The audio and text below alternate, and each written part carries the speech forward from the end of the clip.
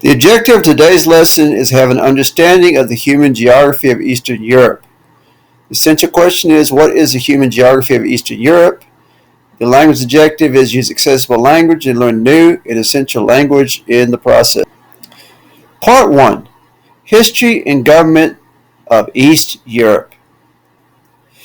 Eastern Europe is a shadow belt, which is a region of great political instability. In Joe what was called the areas of Balkanization, or divisions of the region into smaller regions. So a shadow belt. So here's East Europe, okay? And it was a region that was broken up into smaller regions. Now, Yugoslavia was a country that existed for many years. And this attempted to reverse this process by combining smaller regions into one country. However, it fell apart with the collapse of the Soviet Union in the early 1990s. So this whole green area at one time was called the country of, or the Republic of Yugoslavia. However, in the early 1990s, it broke up back into smaller areas. Slovenia, Croatia, Bosnia-Herzegovina, Montenegro, Serbia, and Macedonia, which it is today. After the collapse of the Soviet Union in the early 1990s, power struggles led to civil wars and ethnic cleansing, the expelling or genocide of an ethnic group. So you had all these different ethnic groups that literally hated each other and tried to kill each other in large numbers. And Balkanization has continued with the countries declaring independence. It's a whole lot more stable than it was in the early 1990s today. So here we have 1990, and you have all these kingdoms of the Serbs, Croats, and Slavonians. This became Yugoslavia in 1929. So in 1946, it was still the country of Yugoslavia, but it had all these ethnic groups inside of it that really did not like each other. In the early 1990s, after the fall of the Soviet Union, they all broke apart and they hated each other, they tried to kill each other, and they eventually became all these little individual countries. Now let's talk about the population patterns of Eastern Europe.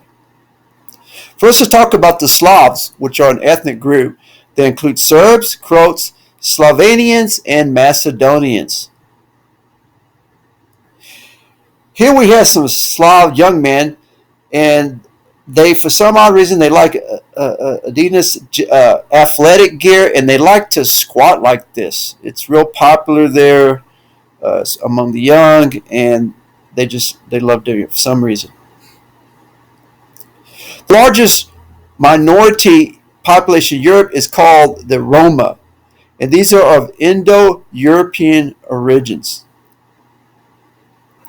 Here we have a picture of some Roma ethnic group. Now, the majority of people in East Europe live in urban areas, which is what we know as the cities, right? Although there are large populations along the Danube and Vistula rivers. So here we have large population in Eastern Europe and in urban areas or cities.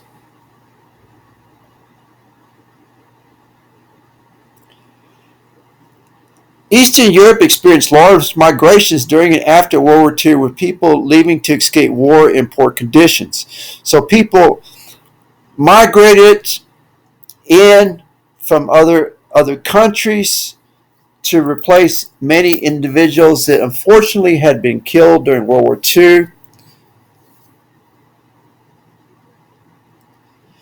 As you can see by this map, it's not only Eastern Europe, but Europe in general, okay, because so many people were killed, mostly men, in World War II, so migrants came in to replace them. Let's talk about the society and culture today of Eastern Europe. After the fall of the Soviet Union, countries have faced economic challenges in the transition to democratic governments. Basically, overnight in Eastern Europe, countries went from a communist form of government to a democracy, from central planning to open markets, from government control to private citizens, from the Soviet being under the control of the Soviet Union to be under the umbrella of the European Union. Eastern Europe is marked by many different religious and ethnic groups. Makes sense, right? Because of so many ethnic groups there. So here we have a map of Eastern Europe major religions and also Central Europe. Mostly it is Orthodox Christians and Catholic Christians, and the mixed, for example, there is a large minority of Muslims in the former Yugoslavia. Like many parts of the world, the family is the basic social unit and serves to reinforce social values. In other words, one generation sharing with the next generation the culture, the values, the customs, traditions, and so on. Here we have an example of a nice Eastern European family. Also, like many other parts of the world, they have a long history of folk and classical music that makes an important art form among peoples of the region. Okay, because every culture has their own folk and classical music. Okay, that one generation passes down to the next generation. Here we have an example of some traditional Eastern European musicians. Looks like they're getting ready to have a jam session. Now let's talk about the economic activities of Eastern Europe. As previously mentioned, over the past 20 years, Eastern Europe has had a transition to a market economy from a command economy. As you recall from when we went through human geography, a command economy is controlled by a centralized form of government like a communist government or a dictatorship. Okay, what the government calls the shops, to a market economy where it's the consumer, okay, demands what's made, who gets it, and all that. So up until the early 1990s, Eastern Europe and other nations were part of the old Soviet Union bloc. In other words, they were all made to be communists. They were all made to be under command economies. They were all controlled by the Soviet Union. Then all of a sudden, in the early 1990s, it all collapsed and fell apart. And then there was much instability. I showed the slide earlier. All of a sudden they went from communism to democracy, central planning to open markets, government control to private citizens, Soviet Union to European unions. These mafia-type crime organizations tended to take over and things like that for a few years until all that got taken care of and it became stable again. Today, the region is known for its low-cost, high-quality electronic and automobile manufacturing. However, it still maintains its agricultural roots. So here we have a nice automobile factory in Eastern Europe. However, as mentioned, they also have a large farming as part of their economic system.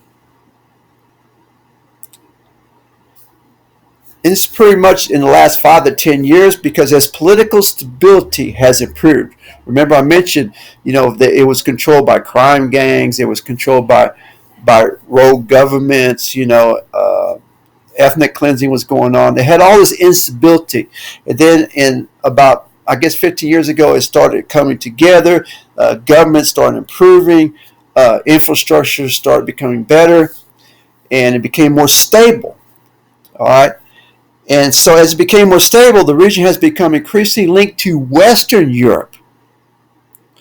And these countries in Western Europe, which have been stable for many years, decided to invite them into the European Union and say, hey, you guys are pretty stable now, so come join with us and trade, and so we can help each other economically.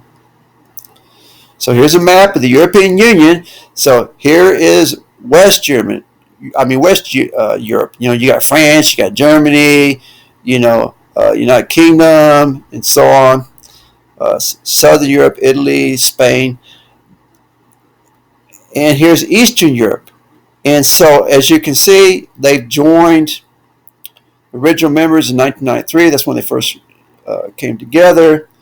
And the green are the countries that joined in 95. Okay, and see, like, look at these yellows. See, like, yellow Croatia, Serbia. Serbia is still a candidate company. In other words, they've applied for it, but they still haven't got their membership yet. But Croatia had joined in 2013. Romania and Bulgaria, they joined in 2007. You'll see those are pretty recent because they became more stable. And they were stable enough to trade with Western Europe. Thank you.